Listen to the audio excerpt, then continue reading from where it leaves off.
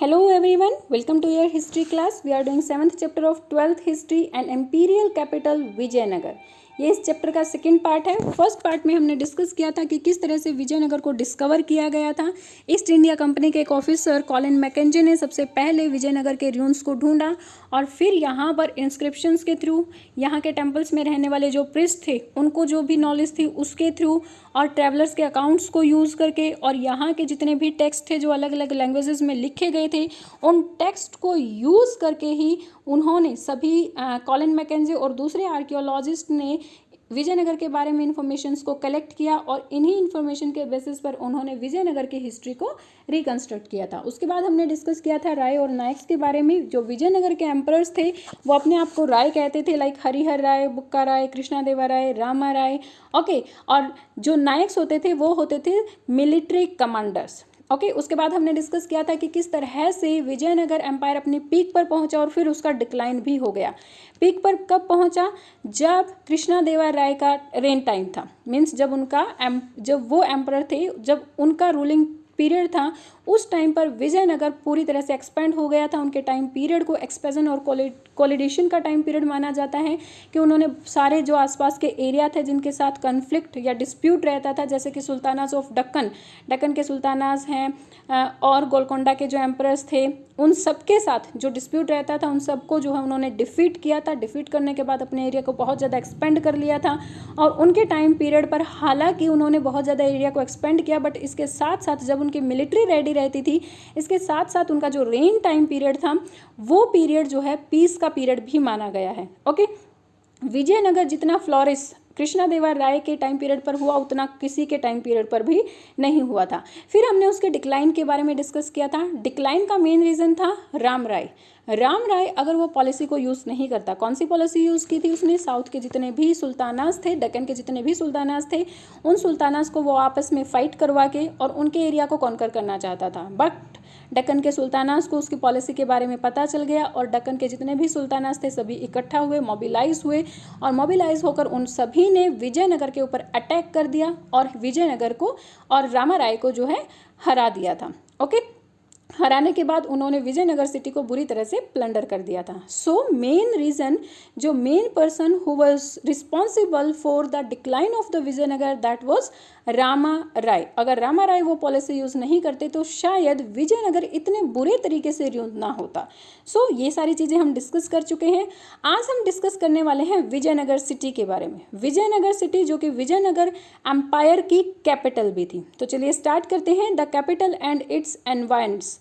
Capital और उसका environment, आसपास का एनवायरनमेंट क्या था, इस पार्ट में हम डिस्कस करने वाले हैं. वहाँ का इरिगेशन सिस्टम, वहाँ सिटी में वाटर किस तरह लेकर जाया जाता था, फोर्टिफिकेशंस के बारे में, रोड्स किस तरह से बने हुए थे और अर्बन पीपल कहाँ पर रहते थे, उनके घर किस टाइप के होते थे. ये सारी चीज़ें हम इस पार्ट में डिस्कस करेंगे.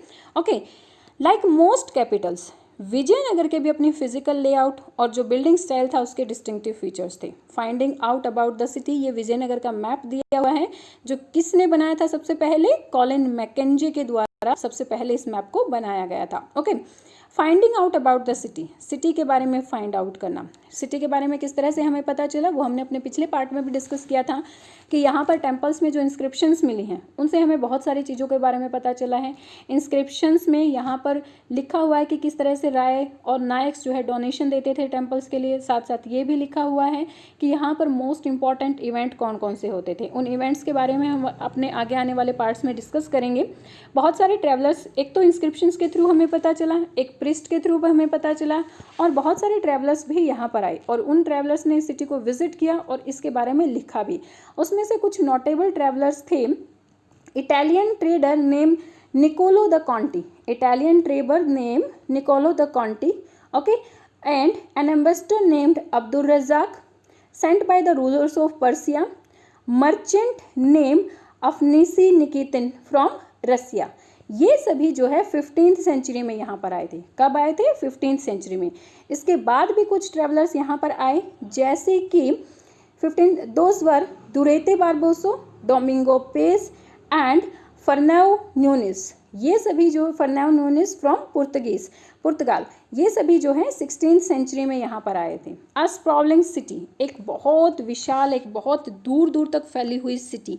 ये एक्सट्रैक्ट जो है कहाँ से लिया हुआ है? डोमिंगो पेस के डिस्क्रिप्शन से लिया हुआ है। डोमिंगो पेस ने जो विजयनगर का डिस्क्रिप्शन लिखा है उससे लिया हुआ है। उन्होंने लिखा है कि इस सिटी का जो साइज़ है मैं उसको यहाँ पर नहीं लिख सकता हूँ, बिकॉज एक जगह पर खड़े होकर मैं इस सिटी को पूरा नहीं देख सकता हूँ। मैं एक हिल पर चढ़ा हुआ हूँ जहाँ से मैं इसके बहुत बड़े पार्ट को देख सकता हूँ, और जितना मुझे पार्ट दिखाई दे रहा है वो एक विशाल साम्राज्य, जो विशाल साम्राज्य रोम है, उतना ही बड़ा दिखाई दे रहा है। इसके सभी पार्ट्स को नहीं देखा जा सकता क्योंकि ये जो है अलग अलग हिल्स के बीच में सिचुएटेड है। बट यहाँ से जो मुझे साइड दिखाई दे रही है वो बहुत ज़्यादा ब्यूटीफुल है। बहुत सारे ट्रीज़ के ग्रोव्स यहाँ पर मुझे दिखाई दे रहे हैं, गार्डन और हाउसेस दिखाई दे रहे हैं, वाटर रिजर्वॉयर्स दिखाई दे रहे हैं। यहाँ पर जो किंग का पैलेस है, किंग के पैलेस के पास जो पाम ग्रोव हैं और दूसरे जो फ्रूट देने वाले ट्रीज़ हैं, वो सारी की सारी चीज़ें मुझे यहाँ से दिखाई दे रहे हैं। बट फिर भी वो क्या कहते हैं कि मैं सिटी के बारे में पूरा का पूरा यहाँ से नहीं लिख सकता हूँ। नेक्स्ट हम डिस्कस करेंगे अभी वाटर रिसोर्सेज के बारे में कि किस तरह से वाटर को लाया जाता था। जो मोस्ट डिस्टिंक्टिव फीचर है विजयनगर के लोकेशन के बारे में वो ये है कि वो जो है तुंगभद्रा रिवर के नेचुरल बेसिन पर सिचुएटेड था। नेचुरल बेसिन पर सिचुएटेड था जो कि नॉर्थ ईस्टली डायरेक्शन में फ्लो करता था। इसके चारों तरफ ग्रेनाइट की हिल्स थी। किसकी हिल थी? ग्रेनाइट की हिल फैली हुई थी जो सिटी के चारों तरफ एक बाउंड्री टाइप ही बनाती थी। बहुत सारी स्ट्रीम्स इन हिल्स में से फ्लो होकर आती थी और रिवर में मिल जाती थी। ओके, ये जो यहाँ पर सभी जो जितने भी स्ट्रीम्स थे इन सब के साथ साथ क्या बनाए गए थे? बांध बनाए गए थे, और इन बांधों पर जो है रिजर्वॉयर बनाए गए थे, वाटर रिजर्वॉयर बनाए गए थे। क्योंकि ये जो एरिया था ये जो है मोस्ट एरिड जोन था, पेनिनसुला का मोस्ट एरिड जोन, यानी कि यहाँ पर वाटर नहीं था और वाटर की कमी को पूरा करने के लिए यहाँ पर वाटर रिजर्वॉयर बनाए गए थे इन स्ट्रीम से आने वाले पानी के थ्रू। और ये जो रिजर्वॉयर थे इसमें सिटीज, इसके थ्रू जो है सिटी में वाटर लेकर जाया जाता था, इरिगेशन के लिए वाटर यूज़ किया जाता था। यहाँ पर रेन वाटर को कलेक्ट करने के लिए भी रिजर्वॉयर बनाए गए थे। और सबसे जो मोस्ट इम्पॉर्टेंट टैंक यहाँ पर बनाया गया था वो था कलमपुरम टैंक। कौन सा टैंक था? कलमपुरम टैंक था। कलमपुरम टैंक सिर्फ इरिगेटेड फील्ड्स को ही इरिगेट नहीं करता था, बल्कि इसके थ्रू एक चैनल, एक नाली से निकाली गई थी जो कहाँ पर जाती थी? रॉयल सेंटर पे जाती थी, यानी कि राजा के महल की तरफ जाती थी। सो कलमपुरम टैंक से जो है वाटर जाता था राजा के महल तक। एक और यहाँ पर मोस्ट प्रोमिनेंट वाटर वर्क किया गया था, वो था हिरिया कैनाल, जो कि विजयनगर के रून्स में दिखाई दिया है। ये कैनाल जो है तुंगभद्रा बेसिन के डैम पर ही बनाया गया था। ये कैनाल यहाँ इस तरह से होता था कि लाइक ये अर्बन कोर है, मतलब जहाँ पर लोग रहते हैं, ये सेक्रेड एरिया है। सेक्रेड एरिया मतलब जहाँ पर टेम्पल्स, मॉस्क वगैरह थे, ठीक है। और ये जो बीच का एरिया होता था यहाँ पर एग्रीकल्चर की जाती थी। ओके, सो हिरिया कैनाल जो कि तुंगभद्रा रिवर के डैम पर बनाई गई थी, हिरिया कैनाल से वाटर जो है यहाँ पर लाया जाता था इस एरिया के लिए, इस एरिया को इरिगेट करने के लिए, ठीक है। सो यहाँ से ये वाटर लेकर आया जाता था। और ये जो कैनाल है वो किसके द्वारा बनाई गई थी? The rulers of the Sangam dynasty. Okay, इस तरह से पानी लेकर आया जाता था। नेक्स्ट है फोर्टिफिकेशन एंड द रोड्स। हमने जितने भी किंग्स के बारे में पढ़ा है अपनी हिस्ट्री में, जितने भी किंग्स के बारे में हमने पढ़ा है, हमने क्या देखा है कि सभी किंग्स अपने एम्पायर को क्या करते थे? फोर्टिफाइड करते थे ताकि एनिमीज उनके ऊपर अटैक ना कर पाए। इसी तरह से विजयनगर को भी फोर्टिफाइड किया गया था, बट उसकी फोर्टिफिकेशन का एक डिस्टिंक्टिव फीचर था, बहुत ही यूनिक वे में की गई थी। Okay, so before examining the different parts of the city, we detail let us look at the enclosed dam of all. Before examine the different part of the city, city के different parts को देखने से पहले हम उसके enclosures को देखेंगे, मतलब किस तरह से फोर्टिफाइड किया गया था उसको देखेंगे। अब्दुल रज़ाक जो कि पर्सिया के रूलर के द्वारा भेजे गए एक एम्बेसडर थे, जब यहाँ पर उन्होंने फोर्टिफिकेशन को देखा तो इस फोर्टिफिकेशन को देखकर वो बहुत ज़्यादा इम्प्रेस हुए थे। उन्होंने इस फोर्टिफिकेशन की 7 लाइन्स बताई हैं। How many lines? जैसे कि ये बाहर वाली लाइन होगी, फिर इसके अंदर एक और, फिर एक और, फिर एक और, फिर एक और, फिर एक और, इस तरह से उन्होंने फोर्टिफिकेशन की 7 लाइन बताई है। उन्होंने बताया कि जो सबसे पहली लाइन है वो हिल्स के चारों तरफ बनी हुई है। जैसे कि ये हिल्स हैं, सो इस तरह से हिल्स के चारों तरफ ये 7th वाली जो लाइन है वो बनी हुई है।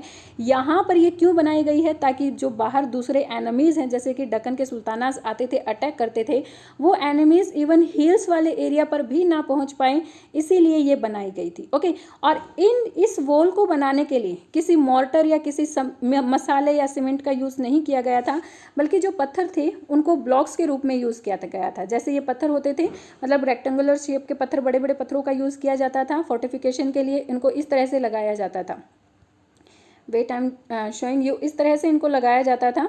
ओके, ब्लॉक्स के रूप में, और जब इस तरह से इनको लगाया जाता था ब्लॉक्स के रूप में, तो ये जो है वॉल गिरती नहीं थी। सो इस वॉल को बनाने के लिए किसी टाइप के कोई मोर्टर, किसी मसाले, किसी सीमेंट, किसी का भी यूज़ नहीं किया गया था। सिर्फ और सिर्फ इन रेक्टेंगुलर जो भी पत्थर होते थे उनका यूज़ किया जाता था इस फोर्टिफिकेशन को बनाने के लिए। Okay, but was the most significance about the fortification, fortification के बारे में सबसे मोस्ट इंपॉर्टेंट फीचर वो क्या था, वो ये था कि वो जो है एग्रीकल्चर ट्रैक्ट्स को भी एनक्लोज कर रही थी। मतलब जहाँ पर एग्रीकल्चर किया जाता था, सी आप यहाँ पर देख सकते हैं, यहाँ पर ये एग्रीकल्चर एरिया है और यहाँ ये वॉल बनी हुई है। मतलब जितना भी एग्रीकल्चर एरिया था उसके चारों तरफ भी जो है वॉल बनाई जाती थी। इसके पीछे रीज़न क्या है, अगर हम मेडिवल पीरियड को देखें, मेडिवल पीरियड में क्या होता था कि किसी भी किंग का जो एग्रीकल्चर एरिया होता था उसके चारों तरफ घेराबंदी कर दी जाती थी, उसको सीज कर दिया जाता था सैनिकों के द्वारा। ठीक है, वॉल नहीं बनाई जाती थी, सैनिकों के द्वारा सीज कर दिया जाता था। जब सैनिकों के द्वारा सीज कर दिया जाता था तो जिसका ये एग्रीकल्चर एरिया होता था वो किंग जो है हार मान जाता था, क्योंकि उसके लोगों के पास खाने के लिए कुछ भी बचता ही नहीं था। तो उन लोगों को हराने के लिए, अपने एनिमीज़ को हराने के लिए एग्रीकल्चर एरिया के चारों तरफ क्या बनाई जाती थी, वॉल सैनिकों के थ्रू उसको सीज कर दिया जाता था। तो सेम यहाँ पर भी यूज़ किया गया था कि जो एग्रीकल्चर एरिया था उसके चारों तरफ फोर्टिफिकेशन की गई थी, ताकि जब एनिमी हमारे ऊपर अटैक करे तो वो हमारे एग्रीकल्चर एरिया को सीज ना कर पाए, उसके ऊपर हमारा ही अधिकार हो, हमारे लोगों को किसी टाइप की खाने की कोई प्रॉब्लम ना हो। तो इसीलिए एग्रीकल्चर एरिया को भी फोर्टिफाइड किया गया था। ओके, अब्दुल रज़ाक ने यहाँ पर क्या नोट किया गया है, between first, second and third walls के बीच में उसने क्या नोट किया गया है, walls are cultivated fields, gardens and houses. First, second और थर्ड वॉल के बीच में उसने क्या नोट किया है, कल्टिवेटेड फील्ड्स थे, गार्डन्स थे और हाउसेस थे। डोमिंगो पेस ने किस तरह से उसको ऑब्जर्व किया है, from this first circuit until the enter of the city is a great distance. जो उसकी पहली दीवार थी, यानी कि पहला जो वॉल बनाई गई थी फोर्टिफिकेशन के लिए, और जो सिटी में एंटर होने वाली वॉल थी, उसके बीच में बहुत बड़ा एरिया था, बहुत बड़ा एरिया था। और उस एरिया के बीच में क्या था, उन्होंने राइस उगाए हुए थे, बहुत सारे गार्डन्स यहाँ पर थे, वाटर रिजर्वॉयर यहाँ पर देखे जा सकते थे। और ये जो वाटर स्ट्रीम्स थी या फिर कैनाल्स थी वो किससे आती थी, लेक से आती थी। ठीक है, सो ये सारी की सारी अरेंजमेंट एग्रीकल्चर ट्रैक्स के लिए भी की गई थी। एग्रीकल्चर ट्रैक्स के लिए क्यों की गई थी वो मैं आपको पहले ही बता चुकी हूँ, कि ताकि एग्रीकल्चर जब भी अगर कोई एनिमी उनको सीज कर लेता है तो इवन उनके एग्रीकल्चर एरिया को सीज ना करे और उन्हें टाइम पर ही जो है सारी एग्रीकल्चर मिलती रहे, उनके ग्रेन्स मिलती रहे, इसीलिए एग्रीकल्चर एरिया के चारों तरफ उन्होंने फोर्टिफिकेशन की थी। Okay, the second line of the fortification went round the inner core of the urban complex. जो सेकेंड लाइन थी फोर्टिफिकेशन की वो कहाँ पर जा रही थी, अर्बन कॉम्प्लेक्स पर जा रही थी, यानी कि अर्बन एरिया जहाँ पर लोग रहा करते थे वहाँ पर जा रही थी। और जो थर्ड लाइन थी वो किसको सराउंड कर रही थी, रॉयल सेंटर को सराउंड कर रही थी। Okay, with each set of a major building was surrounded by its own high wall. और हर जितनी भी मेजर बिल्डिंग्स होती थी, सभी मेजर बिल्डिंग्स के चारों तरफ हाई वॉल्स यानी कि फोर्टिफाइड उनको किया जाता था। The fort was enter through the well guarded gates. Fort के अंदर जो है वेल गार्डेड गेट से एंटर किया जाता था, जो कि सिटी के मेजर रोड से लिंक करते थे। जो गेटवेज होता था उसको डिस्टिंक्टिव आर्किटेक्चर फीचर यूज़ किया गया था। और इस फीचर को कहाँ से इंडो ईस्टर्न कहा गया है। ठीक है, जो गेटवेज के ऊपर जो आर्क बनाई जाती थी, गेटवेज के ऊपर इस तरह का एरिया बनाया जाता था। ये जो आर्क बनाई जाती थी ये सेम एज इट इज़, ये जो आर्क होती थी वो किसकी तरह होती थी, डोम के जैसी ही होती थी। जो डोम होता था ना, जिस तरह से मंदिरों के ऊपर जो डोम बनाया जाता है वो भी तो इसी तरह से बनाया जाता है। तो गेटवेज के ऊपर भी इसी तरह की आर्क बनाई जाती थी। ठीक है, और ये स्टाइल कहाँ से लिया गया था, इस स्टाइल को इंडो इस्लामिक स्टाइल बताया गया है। तुर्किश सुल्ताना से स्टाइल लिया गया है। तुर्किश लोग कौन थे? इस्लाम थे, और इस्लाम वो लोग मॉस्क में भी तो इसी तरह का यूज़ करते थे, ठीक है। सो ये स्टाइल जो है कहाँ से? तुर्किश के सुल्ताना से लिया गया, यानी कि इस्लाम लोगों से लिया गया है, इसीलिए इसको इंडो इस्लामिक स्टाइल बताया गया है। इंडो इस्लामिक आर्किटेक्चर को यूज़ करके ही यहाँ पर गेटवेज बनाए गए हैं। आर्कियोलॉजिस्ट ने कुछ रोड्स की स्टडी वो भी की है कि जो सिटी के अंदर थे, सिटी के अंदर भी उन्होंने कुछ रोड्स देखे हैं। उन्होंने यहाँ पर देखा कि बहुत सारे ट्रैकिंग पाथ्स हैं जो कि गेटवेज के पास जाते हैं। इन रोड्स के साथ साथ पेवमेंट भी दिखाई दी हैं। यहाँ पर वैलीज के चारों तरफ भी, वैलीज के जो चारों तरफ थे वहाँ पर भी रोड दिखाई दिए हैं, ताकि रॉकी जो टेरेन है उसको अवॉइड किया जा सके, यानी रॉकी एरिया को अवॉइड करने के लिए भी रोड्स यहाँ पर बनाए जाते थे। कुछ इंपॉर्टेंट रोड होते थे जो टेम्पल गेटवे और बाजार की तरफ जाते थे। सो इस तरह से मतलब हम देख सकते हैं कि एम्पायर का कोई ऐसा एरिया नहीं था जहाँ पर रोड्स नहीं बनाए गए थे। हर एक जगह रोड बनाए गए थे, वाटर की अच्छी सुविधा की गई थी। मतलब बहुत ही प्रॉस्पेरियस रीजन ये था, मतलब हर तरीके से जिस तरह से वो अपनी जनता को एक सहूलियत, एक कंफर्टेबल दे सकते थे, वो हर तरीके से दी गई थी। अब है अर्बन कोर, किस तरह से कौन से लोग यहाँ पर रहते थे, कितने वेल्दी थे। वेल्थ का तो हमें पता ही है, हमने अपने ट्रेडिंग वाले पार्ट में पढ़ा था, अपने पिछले पार्ट में, कि वो लोग ट्रेडिंग किसकी करती थी? मोस्ट प्रेशियस स्टोन्स की करते थे, ज्वेलरीज की करते थे। मतलब कि ये दोनों महंगी ही चीज़ें हैं, महंगी चीज़ें हैं। तो ये क्या शो कर रही थी कि यहाँ की जो पॉपुलेशन थी वो कैसी पॉपुलेशन थी? वेल्दी पॉपुलेशन थी। वेल्दी पॉपुलेशन होने के पीछे रीज़न था कि यहाँ का जो एग्रीकल्चर एरिया था वो बहुत ज़्यादा फर्टाइल था। जहाँ पर फर्टाइल नहीं था वहाँ पर कैनाल्स को लाया गया था। जैसे अभी हमने पढ़ा ना, सेंटर कोर, अर्बन कोर के बीच में और टेम्पल्स के बीच में जो एरिया था वो एरिड एरिया था, तो वहाँ पर हरिया कैनाल्स से वाटर लाया गया था ताकि वहाँ पर इरिगेशन को अच्छे से किया जा सके। So urban core, moving along the roads leading to the urban core. अगर हम रोड से जाते हुए अर्बन कोर की तरफ जाते हैं तो हम मोस्टली जो आर्कियोलॉजिस्ट हैं उन्होंने एविडेंस पाए हैं कि यहाँ पर ऑर्डिनरी लोगों के हाउसेस हैं। मतलब रोड के पास पास किन लोगों के हाउस हैं? ऑर्डिनरी लोगों के हाउस हैं। Okay, archaeologist have find here, यहाँ पर चीनी मिट्टी का कुछ सामान भी मिला है। चीनी मिट्टी का सामान होने का मतलब क्या है? चीनी मिट्टी आप सभी को पता है कि बहुत ज़्यादा महंगी आती है। इट मीन्स ये जो एरिया था ये किसका था? रिच ट्रेडर्स के द्वारा ये एरिया ऑक्यूपाई किया गया है। यहाँ पर कुछ एरिया पर हमें जो है मुस्लिम रेजिडेंट्स के क्वार्टर्स भी मिले हैं। मुस्लिम रेजिडेंट्स के क्वार्टर्स का कैसे पता लगा? यहाँ पर टॉम्स और मॉस्क पाए गए हैं। ओके, हालांकि जो टॉम्स, मॉस्क और जो टेम्पल्स के मंडप्स बनाए जाते थे उनका सेम फीचर होता था, यही वाला फीचर यूज़ किया जाता था। क्योंकि मॉस्क में भी आपने देखा होगा ऊपर ये ऐसे आर्क बनी हुई होती है, तो टॉम्स में, मॉस्क में, टेम्पल्स में, यहाँ के गेटवेज पर सभी पर यही फीचर बनाया जाता था। हालांकि आर्किटेक्चर फीचर सेम था सबका, बट यहाँ पर कुछ मॉस्क मिली हैं तो हमें पता चलता है कि यहाँ पर मुस्लिम लोग भी रहा करते थे। This is how the 16th century Portuguese traveller Barbosa describe the house of the ordinary people. Barbosa ने किस तरह से, पुर्तगीज ट्रेवलर बरबोसा ने किस तरह से यहाँ पर ऑर्डिनरी लोगों के हाउस को उसने डिस्क्राइब किया है। उसने बताया है कि जो ऑर्डिनरी लोगों के हाउसेस थे वो थेस्ट, यानी कि झोपड़ी होती थी, लेकिन ये झोपड़ी जो है इतनी कच्ची नहीं होती थी, उसको बहुत अरेंज्ड वे से बनाया जाता था और बहुत ही अच्छी होती थी।